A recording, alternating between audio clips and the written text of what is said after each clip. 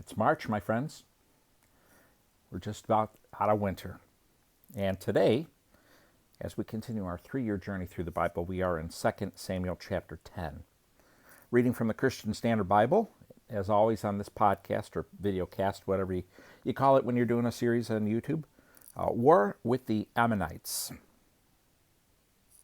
Sometime later, the king of the Ammonites died, and his son Hanun became king in his place. Then David said, I'll show kindness to Hanun, son of Nahash, just as his father showed kindness to me. So David sent his emissaries to console Hanun concerning his father. However, when they arrived in the land of the Ammonite leaders said to Hanun, their lord, just because David has sent men with condolences for you, do you really believe he's showing respect for your father? Instead, hasn't David sent his emissaries in order to scout out the city, spy on it, and demolish it? So Hanun took David's emissaries, shaved off half their beards, and cut their clothes in half at the hips, and sent them away. When this was reported to David, he sent someone to meet them, since they were deeply humiliated. The king said, Stay in Jericho until your beards grow back, then return. When the Ammonites realized they had become repulsive to David, they hired 20,000 foot soldiers from the Arameans of Beth-rehob and Zobah, 1,000 men from the king of Maacah, and 12,000 men from Tob.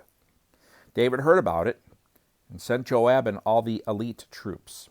The Ammonites marched out, lined up in battle formation at the entrance to the city gate, while the Arameans of Zobah and Rehob and the men of Tob and Maacah were in the field by themselves.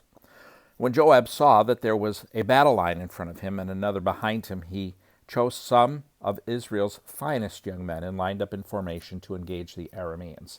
He placed the rest of the forces under the command of his brother Abishai. They lined up in formation to engage the Ammonites. If the Arameans are too strong for me, Joab said, then you will be my help.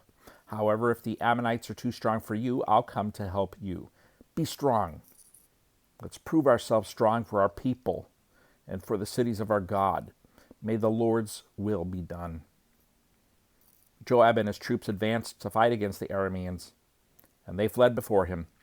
When the Ammonites saw that the Arameans had fled, they too fled before Abishai and entered the city.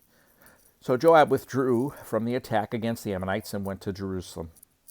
When the Arameans saw that they had been defeated by Israel, they regrouped.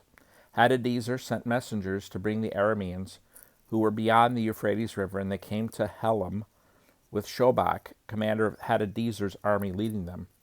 When this was reported to David, he gathered all Israel, crossed the Jordan, and went to Helam. Then the Arameans lined up to engage David in battle and fought against him. But the Arameans fled before Israel. David killed 700 of their charioteers and 40,000 foot soldiers. He also struck down Shobach, commander of their army, who died there.